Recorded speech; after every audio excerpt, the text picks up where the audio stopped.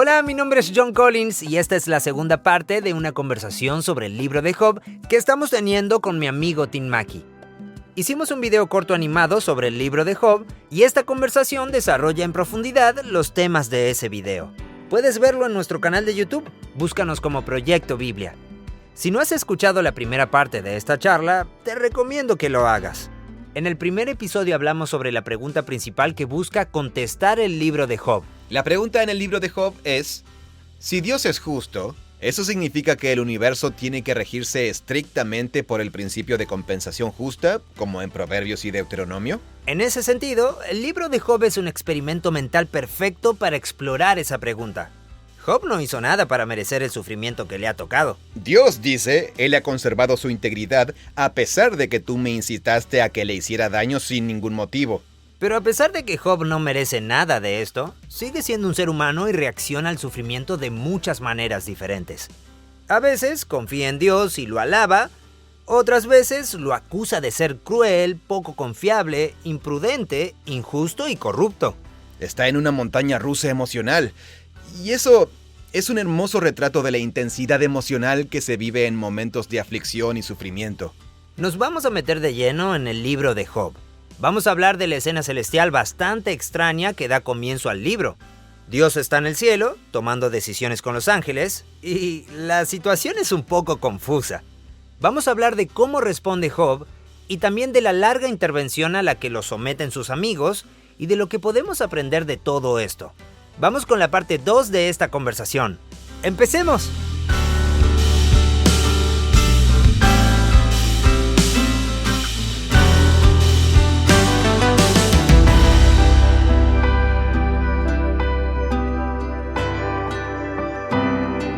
Muy bien, Job. ¿El nombre tiene un significado en hebreo? A ver, lo busco. Creo que no, porque estoy casi seguro de que no es un nombre hebreo. Job en hebreo se dice Iyov. Iyov. Dice, la derivación tradicional de la raíz, según la interpretación judía, viene de la palabra hebrea oyev, que significa enemigo o atacante.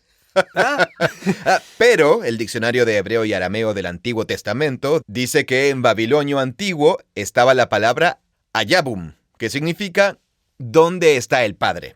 Así que no lo sabemos. No lo sabemos. No, pero eso sí nos lleva a una característica importante del libro de Job. Cuando el libro presenta a Job, nos dice que vive en la tierra de Uz, que básicamente en hebreo es como decir el Congo belga. ¿Pero era un lugar real? Sí, Uz era... Simplemente un lugar muy lejano. Claro, un lugar remoto. La idea es, en una tierra muy, muy lejana, ese es el efecto que tiene la primera frase. Okay. En una tierra muy, muy lejana, había un hombre no israelita llamado Iyov. ¿Hay alguna razón estratégica para que no sea israelita o...? Sí, yo creo que eso hace que la conversación sea más universal. Además, pienso que es la forma en que el autor muestra que esta obra contribuye a una conversación internacional. El autor habla desde un punto de vista de Yahweh, el Dios de Israel, el Dios del pacto, pero desde ese punto de vista contribuye a una conversación más amplia sobre la justicia divina, sobre cómo funciona el mundo, etc. Claro. Los tres amigos tampoco son israelitas. Es un libro único en la Biblia en ese sentido.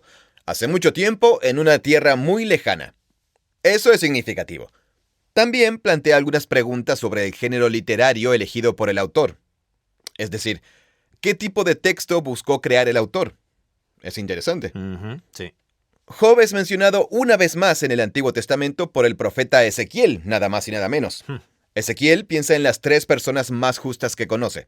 Si ellos todavía vivieran en Jerusalén, ni siquiera así el lugar se salvaría. Y menciona a Noé, Job y luego a un personaje con las letras hebreas DNL. La mayoría de las traducciones dicen Daniel, pero Daniel no encaja con lo que dice Ezequiel porque está hablando de las personas de la antigüedad que eran rectas e intachables. Noé sí iba bien, por supuesto, porque fue justo en su generación. Job también encaja. Y Daniel es contemporáneo de Ezequiel en Babilonia y es un buen tipo. Es conocido por su sabiduría más que por su rectitud. Entonces, algunas personas piensan, y honestamente yo todavía no me he decidido, estoy 50 y 50. Bueno, algunos piensan que Ezequiel alude a un personaje que se conoce por la literatura cananea antigua y se llama Danel. Ah, Era un antiguo rey que era súper sabio y súper justo. Él encajaría mejor con Noé y Job porque los tres son no israelitas, los tres son del pasado y los tres son hombres justos. claro, Noé no era israelita. Correcto, sí. Como sea. Ujú. Esa es la única vez, además de este libro, donde se menciona a Job en el Antiguo Testamento. Bueno, después está Santiago en el Nuevo Testamento. Él menciona la paciencia de Job para soportar el sufrimiento. Entonces la pregunta es, ¿los hechos que se cuentan en verdad sucedieron?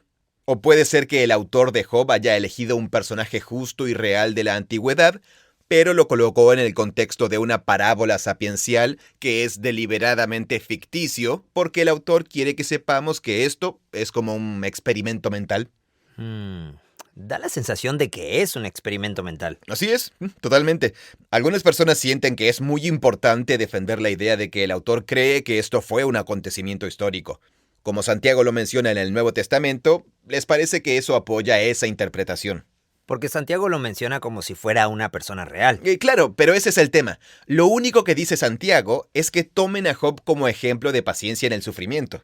Mm, Santiago no nos dice lo que debemos pensar sobre el género literario del libro. cierto. Y tampoco dice que él tenga algún conocimiento histórico independiente sobre la persona de Job. Está claro que conoce el libro de Job, tal como tú y yo lo conocemos. Creo que hay argumentos fuertes en favor de que este libro sea como un experimento mental de sabiduría. Y el prólogo del libro encaja con eso. En una tierra muy, muy lejana, hace mucho, mucho tiempo.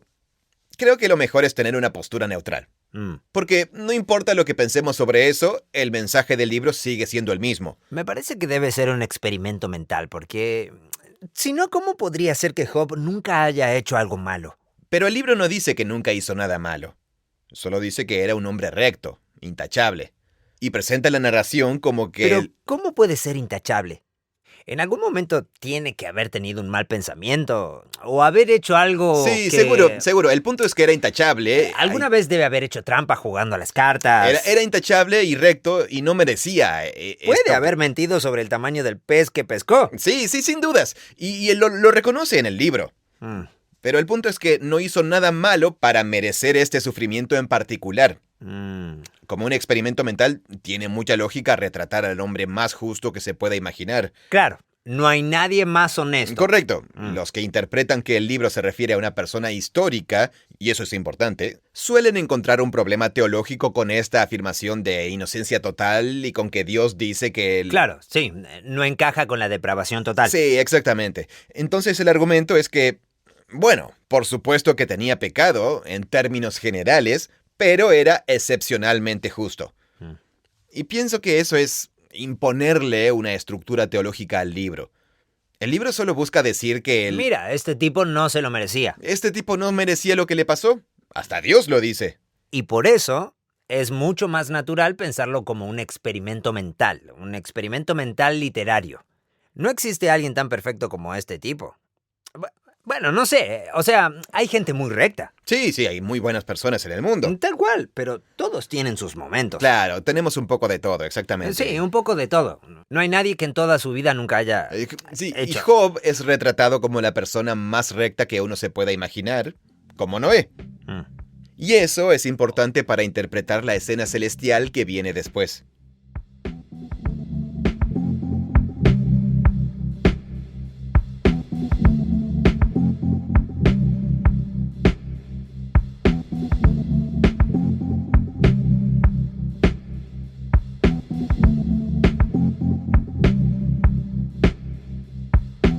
En la escena de apertura, que se repite dos veces, una vez en el capítulo 1 y otra vez en el capítulo 2, vemos a Dios presidiendo una sesión en la corte divina frente a los hijos de Dios. Mm.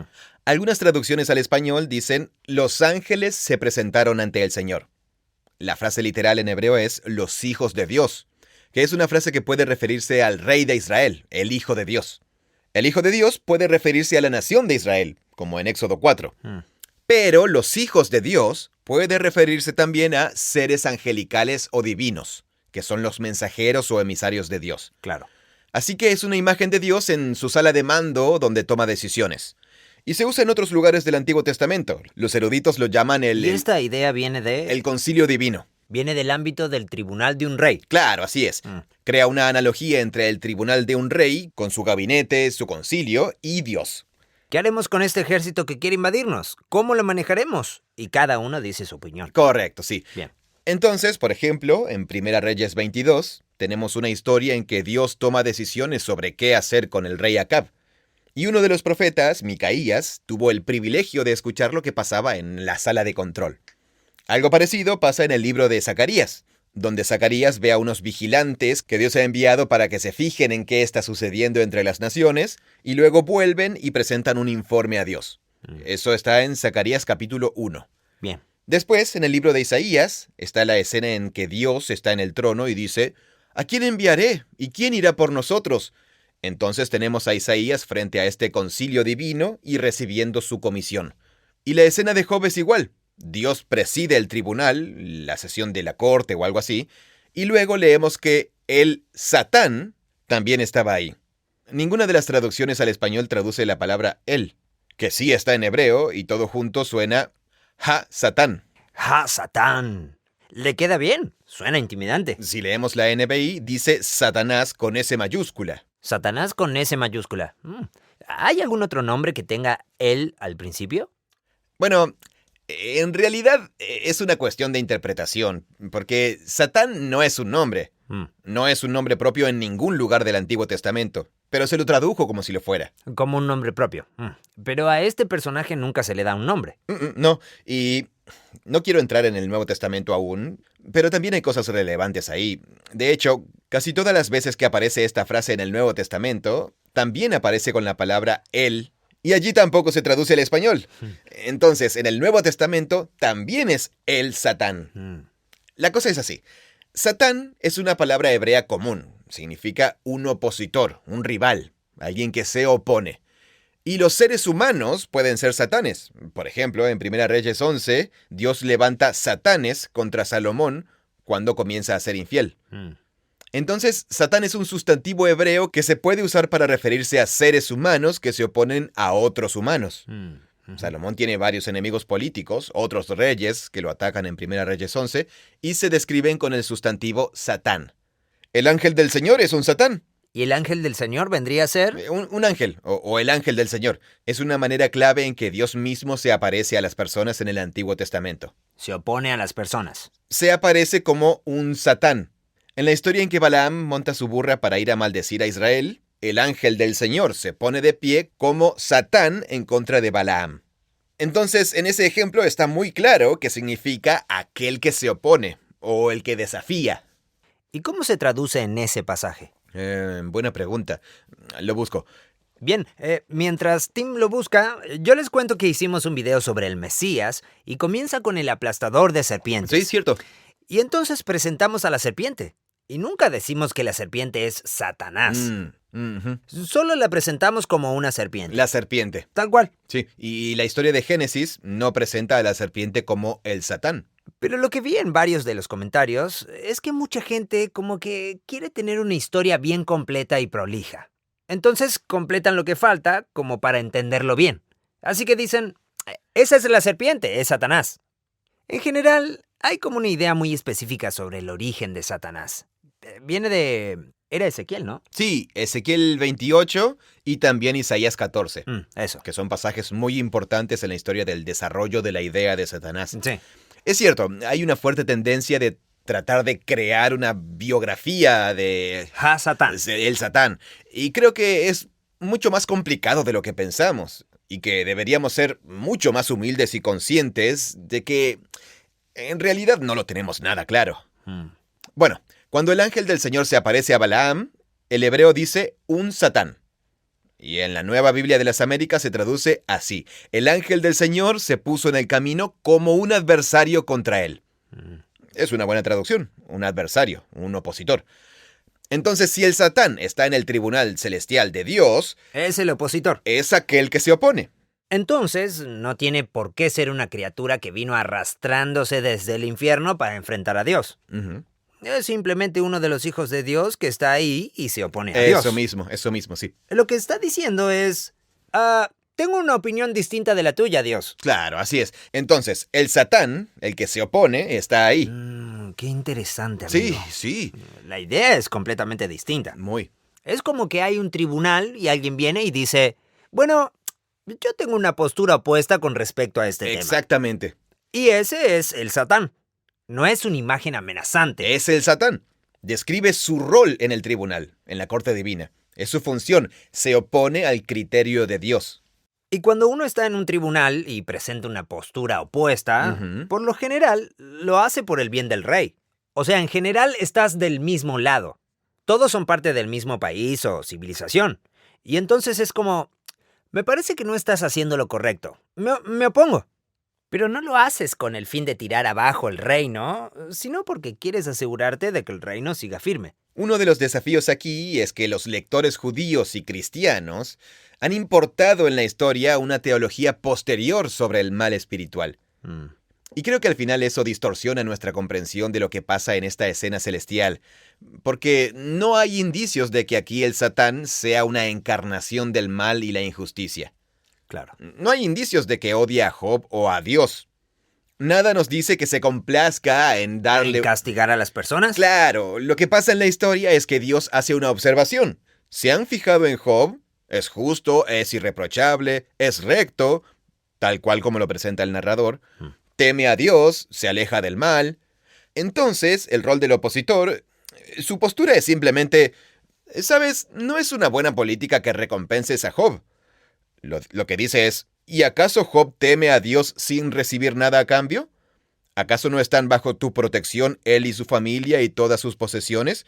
Has bendecido la obra de sus manos. La idea central es, ¿de verdad crees que es justo? En realidad no sabemos si es justo, solo es bueno porque tú lo bendices y lo proteges. Entonces lo que queda en evidencia aquí no es que odie a Job ni que odie a Dios. Lo que quiere decir es, ¿por qué no revisamos esta política de recompensar a los justos por su servicio? ¿Es acaso una buena forma de conocer cómo son en verdad las personas y su esencia? En las notas lo tengo explicado de esta forma. El Satán desafía la política de Dios de recompensar a los justos al sugerir que eso corrompe sus motivaciones, con lo que terminan demostrando que en verdad son injustos. Entonces la acusación le da un giro interesante al libro, porque tendemos a pasar mucho tiempo preguntándonos por qué sufren las personas buenas. Pero el Satán da vuelta a la pregunta y se cuestiona si es cierto que las personas justas deban tener prosperidad. De esta forma, el libro nos da la respuesta que necesitábamos en lugar de la respuesta que pensábamos que queríamos. Quizás todo este asunto de recompensar a las personas justas en realidad nos está jugando en contra. Claro, quizás es una mala política porque corrompe sus motivaciones, no les permite ser justos de verdad. Eso es lo que está diciendo el Satán. Está dando un argumento muy bueno. Sí, tal cual. ¿En verdad te ama o solo te está usando para conseguir lo que quiere? ¿Algo así es lo que quiere decir? Eso es lo que dice, sí. ¿Y cómo puedes saberlo si no...? Si no le quitas tu bendición. Así podrás ver cómo responde. Y Dios dice, bueno, muy bien. Todo lo que tiene ahora está en tu poder, pero no le pongas un dedo encima a Job mismo. Después de eso, la familia de Job, sus hijos, son destruidos. Uf, qué duro, amigo. Al hacer eso da la sensación de que el Satán es un tipo malvado. O sea, podría haber simplemente matado su ganado o algo así. Pero no, mata a sus hijos. Pero fíjate en cómo sucede. Unos ladrones vinieron y se llevaron a sus animales. Después cayó un rayo sobre las ovejas y los criados. Luego vinieron los caldeos y se llevaron sus camellos. Y al final vino un viento que hizo que la casa se derrumbara sobre sus hijos. Tremendo. Sí, y Job se levanta, se rapa la cabeza y dice, desnudo salí del vientre de mi madre y desnudo he de partir. El Señor me dio todo esto, el Señor lo quitó. Bendito sea el nombre del Señor. Entonces Job ganó. Sí, ¡Qué sorpresa! Hizo lo correcto. La conclusión de esa historia es, a pesar de todo, Job no pecó porque no culpó a Dios. Ese sería como el primer round. Si la historia terminara ahí, diríamos que la rectitud de Job sí era genuina. No lo hacía solo para obtener bendiciones. Sí, y las acusaciones del opositor eran infundadas. La historia podría haber terminado ahí. Pero no. Pero no termina.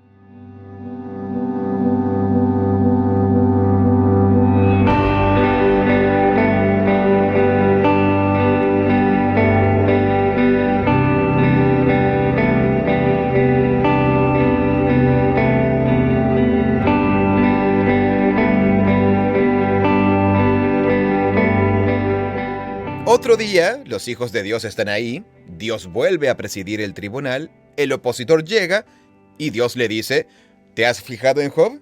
No hay nadie recto como él, es íntegro, intachable, él ha conservado su integridad a pesar de que tú me incitaste a que le hiciera daño sin ningún motivo. Esto es muy importante porque Dios reconoce que no hay una razón justa. Job ha conservado su integridad. La idea es, esto prueba que yo tenía razón. Tú cuestionabas la integridad de Job y mis políticas, Cierto. y esto demuestra que estaban bien. Pero luego el Satán responde, muy bien, pero ¿y su cuerpo? El hombre da todo lo que tiene con tal de salvar la vida. Hiere su cuerpo y seguro te maldecirá. Una vez más, Dios acepta la propuesta. Entonces el opositor va y aflige a Job con llagas dolorosas desde la cabeza hasta los pies. La esposa de Job va y le dice, ¿todavía mantienes firme tu integridad? Maldice a Dios y muérete. Y a esto Job le responde, hablas como una necia. ¿Aceptaremos solo las cosas buenas que vienen de Dios y nunca lo malo? Y el narrador dice, a pesar de todo esto, Job no pecó. Y ahí termina esa historia y uno se queda como, menos mal. Es la misma repetición, pero esta vez hay más en juego. Entonces pensamos, bueno, Job pasó la prueba. Todo esto va a pasar y él va a seguir adelante. Pero después la historia se pone aún más interesante. Los 3 amigos de Job, que no son israelitas, van a verlo y casi no lo reconocen. Se sientan junto a él durante 7 días sin decir nada, porque ven lo espantoso que es su sufrimiento. Y luego Job abre la boca. Es uno de los poemas más hábilmente diseñados en la Biblia hebrea. Está en el capítulo 3. Job presenta una larga y elaborada maldición sobre el día en que nació. Entonces nos damos cuenta, a Job le están pasando muchas más cosas internamente de lo que parecía. Es muy fuerte. Y lo que pasa después es que eso abre el diálogo con los amigos. Bueno, paremos ahí. La escena celestial. Si tomamos la postura de que esto es un experimento mental, entonces el objetivo de la escena celestial no es enseñarnos cómo Dios decide las cosas. Toma las decisiones. La idea es simplemente que Dios está en su sala de mando y alguien viene con una postura opuesta y eso da pie al experimento mental de ¿es una buena política que Dios recompense a los justos?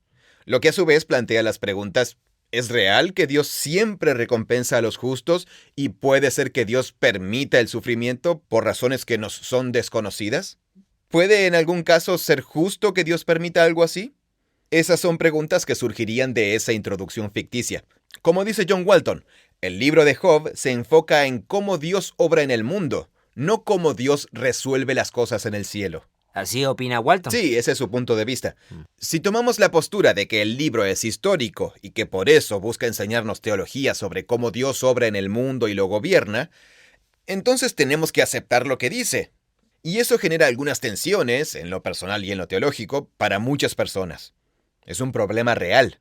Y yo conozco algunas personas que piensan así. Creen que el libro de Job busca enseñarnos lo que pasa en el cielo y están en paz con esa postura. Así que no es algo impensable.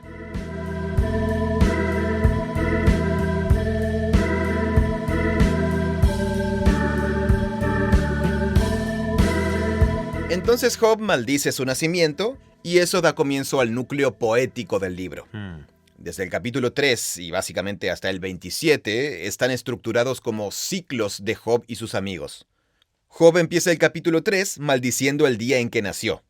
Después tenemos la respuesta del primer amigo, Elifaz, y Job le responde. Luego habla otro amigo, Bildad, y Job le responde. Después habla Zofar, otro amigo, y Job le responde. Ese sería el primer ciclo. Y ese ciclo se repite una segunda vez de la misma forma. Después, en el tercer ciclo, la estructura se rompe. El tercer amigo no llega a hablar. Lo que pasa es que la intensidad va aumentando, como es de esperar. Job se frustra tanto con sus amigos que deja de hablarles porque está en total desacuerdo con su punto de vista. Esencialmente lo que pasa es que, y volvemos a la idea del triángulo, Job insiste en que él es justo, pero da por cierto que Dios gobierna el mundo de acuerdo con el principio estricto de la recompensa justa. Entonces, la conclusión que saca, que va formándose durante el libro, es que Dios es injusto o cruel. Los amigos tienen la visión contraria y la defienden a morir. Dios es justo y para ellos eso quiere decir que Él gobierna el mundo de acuerdo con el principio estricto de la justicia. Por lo tanto, Job tiene que haber pecado. Y los tres tienen el mismo argumento. Sí, sí. ¿Hay matices entre los argumentos de los tres amigos? No. Solo se turnan. Sí, va uno y después el otro. Que haya tres amigos le permite al autor crear como diferentes papeles. Una letanía de diferentes voces. Pero en conjunto... En conjunto, básicamente dicen, seguro metiste la pata. Si no te fijas en cuál de los amigos está hablando, no hay forma de que diferencies el argumento de uno con el del otro.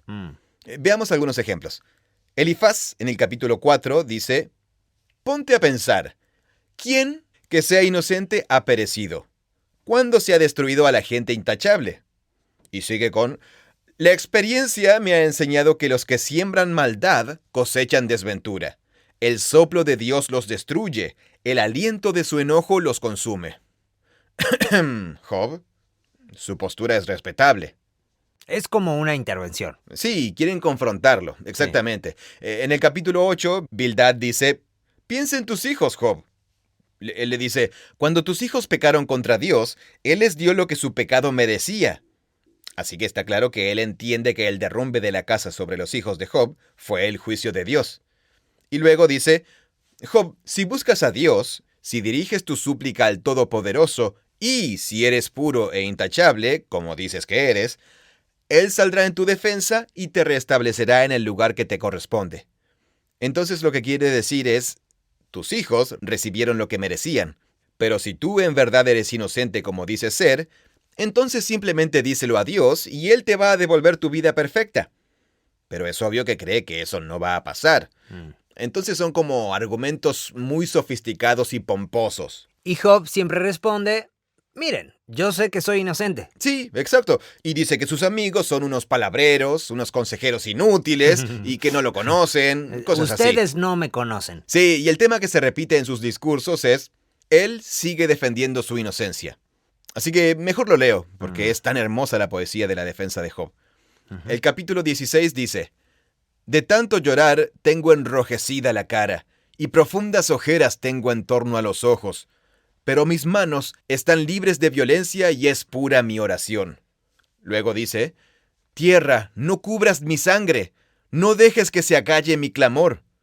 Eso es un eco de la historia de Caín y Abel, donde Dios le dice a Caín: la sangre de tu hermano clama a mí desde la tierra. Y esa es la ironía, porque Dios le dijo a Caín: la sangre de tu hermano clama a mí desde la tierra. Y ahora Job le dice a la tierra: no cubras mi sangre, deja que clame a Dios. Pero no es un clamor por ayuda, sino como un clamor de acusación. ¿Como una declaración de inocencia? Sí, una declaración de inocencia, que básicamente es una acusación. Eso está antes, en el capítulo 16. Ya para el capítulo 27, Job llega a decir: vive Dios el Todopoderoso, quien se niega a hacerme justicia, quien me ha amargado el ánimo, que mientras haya vida en mí y aliento divino en mi nariz, mis labios no pronunciarán maldad alguna, ni mi lengua proferirá mentiras. Jamás podré admitir que ustedes tengan la razón. Mientras viva, insistiré en mi integridad, insistiré en mi inocencia, no cederé. Es muy firme. Sí, no cede ni un centímetro. De esa forma, insiste en su inocencia. Pero luego continúa y hace declaraciones sobre el carácter de Dios. Ya dijo que Dios se niega a hacerle justicia. Sí. Pero más adelante dice: bueno, si así me tratas, lo cual es cierto porque mi experiencia de la vida lo comprueba, entonces, ¿qué nos dice eso sobre cómo tratas a las demás personas? Y dice cosas bastante fuertes. Sí. En el capítulo 9 dice: soy íntegro, pero ya no me importa. Tengo en poco mi propia vida. Todo es lo mismo. Mi vida apesta, así que voy a decir lo que realmente pienso. Sí. Al íntegro y al malvado, Dios los destruye por igual. Si alguna plaga acarrea la muerte repentina, Él se burla de la angustia del inocente. Si algún malvado se apodera de un terreno, Él tapa los ojos a los jueces. Y termina así: si no lo hace Dios, ¿entonces quién? Es muy atrevido. Pero en cierta forma tiene razón. Al íntegro y al malvado Dios los destruye por igual. Eso es lo que hizo. Sí, exacto, sí, tienes toda la razón. No está diciendo una falsedad. Sí, es cierto. En el caso de Job, Dios permitió el sufrimiento de alguien íntegro. Pero Job también dice que Dios se burla de los inocentes. Se pasa un poco de la raya. Sí, si algún malvado se apodera de un terreno, eso es obra de Dios, que lo orquesta todo. Y los presenta como cosas irreconciliables. Lo que argumenta es, en mi caso, yo soy inocente y Dios permitió que yo sufriera. Entonces la primera premisa es correcta, pero luego la lleva demasiado lejos. Claro, se pasa, exactamente. Sí. Ahora, lo interesante es que a medida que uno lee los discursos de Job, es como que va y viene constantemente. Dice cosas como estas, pero después se vuelve atrás y dice, no quiero creer que esto sea verdad. Y comienza a hablar y a decir cosas como, ciertamente el libro de Proverbios es cierto, y los malvados recibirán castigo y los justos recompensas. Pero el discurso siguiente es como, ¿en serio? No sé, hoy no pienso así. Está como en una montaña rusa emocional. Y eso es un hermoso retrato de la intensidad emocional que se vive en momentos de aflicción y de sufrimiento. Es muy realista. Entonces, al final del día, lo que termina diciendo es, mis amigos no me ayudan, no logro entender lo que me pasa, simplemente necesito hablar con Dios. Así que unas 6 veces dice, si yo pudiera sentarme a hablar con Dios, Él me escucharía y yo lo escucharía y podríamos resolver las cosas. El capítulo 23 dice, mi queja sigue siendo amarga. Gimo bajo el peso de la mano de Dios. ¡Ay, si supiera yo dónde encontrar a Dios! Si pudiera llegar a donde Él habita, expondría mi caso ante Él, llenaría mi boca de argumentos, podría conocer su respuesta y trataría de entenderla. Entonces su discurso final, sus últimas palabras en el capítulo 23, son estas. Dice, ¿cómo quisiera que Dios me escuchara? Firmo aquí mi defensa, que me responda el Todopoderoso, que mi acusador ponga su denuncia por escrito. O sea, esta es mi defensa. Ahora Dios, escribe tus acusaciones. Llevaré esa acusación sobre mis hombros, me la pondré como una corona. Le daré cuenta de cada uno de mis pasos como quien se presenta ante su gobernante. Lo que está diciendo es, yo he escrito todos los detalles de mi defensa. Ahora que Dios escriba toda su acusación, y como sé que tengo razón, voy a llevarla como una corona, si tan solo me permiten demostrarles lo que digo. Y ahí terminan las palabras de Job. Y uno, si se pone en lugar de Job, lo entiende. La pasó muy mal. No hizo nada malo y tuvo que prestar oído a un montón de discursos de sus supuestos amigos que ni siquiera confiaban en que él era inocente. O sea, si al menos hubieran dicho, bien, sí, lo que está pasando es extraño, pero confío en ti. Supongo que no hiciste nada malo. Claro, sí. Aunque esto es confuso. Pero no, en cambio lo que le dicen es como, no, escucha, tú estás mal. Están muy firmes en su teología. Entonces Job se enoja más y más. Él sabe que no hizo nada y nosotros como lectores también lo sabemos. Entonces sentimos como esa empatía de, sí, esto es tristísimo. Entonces cuando Job llega al punto de decir, si tan solo me pudiera sentar con Dios y escribir mi defensa y él escribiera la suya y comparáramos las notas, quedaría claro que no merezco esto. Uno se siente como, oye, sí, totalmente. Sí. Te entiendo, Job. Ese discurso final no te hace sentir como, ¡ay, Job, te estás pasando! Al contrario, parece como una reacción normal. Sí, creo que sí es una reacción normal. Pero parte de la presentación de Job es que el sufrimiento, que su sufrimiento lo ha afectado. Para él esto ya no tiene que ver con la lógica. Está procesando el sufrimiento a través de una amplia gama de emociones. Entonces, algunas veces hace declaraciones más fuertes. Sí, como esa otra donde le dice a Dios, tú le tapas los ojos a los jueces, te burlas de los inocentes. Ahí sí que se deja llevar por el enojo. Claro, sí, así es. Pero sus últimas palabras son muy razonables. Sí, estoy de acuerdo contigo. De nuevo, lo que elabora el autor es un retrato realista de la psicología del sufrimiento.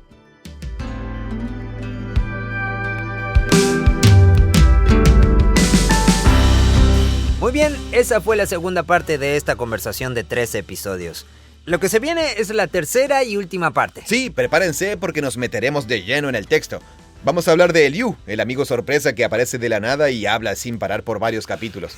¿Qué le pasa a este tipo? Ya lo veremos. También vamos a hablar sobre el capítulo 28 y su importancia, y finalmente llegaremos a la hora de la verdad. La defensa de Dios contra Job. Es el corazón del libro y revela de qué se trata esta historia. Oh, esa parte es fascinante. Ya quiero que charlemos de ese recorrido virtual del universo que Dios le hace a Job, sobre el Behemoth y el Leviatán. Oh, estos grandes monstruos que a Dios tanto le entusiasman. Y confieso que a mí también. Y vamos a ver cómo responde Job a todo esto. Como muchos saben, estamos teniendo esta conversación y otras conversaciones sobre los temas y los libros de la Biblia porque creamos videos. Son videos cortos y animados que subimos a YouTube. Puedes verlos en nuestro canal, búscanos como Proyecto Biblia. También están en nuestro sitio web, proyectobiblia.com. Allí también encontrarás un lugar para hacer donaciones al proyecto y para descargar recursos de forma gratuita. Si quieres saludarnos, el mejor lugar es Facebook. Búscanos como Proyecto Biblia. Es un gran placer trabajar en este proyecto y te agradecemos por ser parte de esto junto a nosotros. Nos vemos en la tercera parte. Este podcast es producido por Full Voice Studio. Es una versión localizada del podcast The Bible Project, originalmente grabado por John Collins y Tim Mackey. Gracias por escucharnos. Hola, soy Jefferson Muscarneri, soy de Venezuela. Me encanta Proyecto Biblia porque me ayuda a ver cada parte de la Biblia como una pieza de la gran historia sobre Jesús. Creemos que la Biblia es una historia unificada que nos guía a Jesús. Proyecto Biblia crea recursos gratuitos para ayudarte a experimentar la Biblia. Todo lo que creamos está financiado por generosos benefactores de todo el mundo. Puedes ver toda nuestra biblioteca de podcasts, buscar otros recursos y realizar donaciones en nuestra página web, proyectobiblia.com.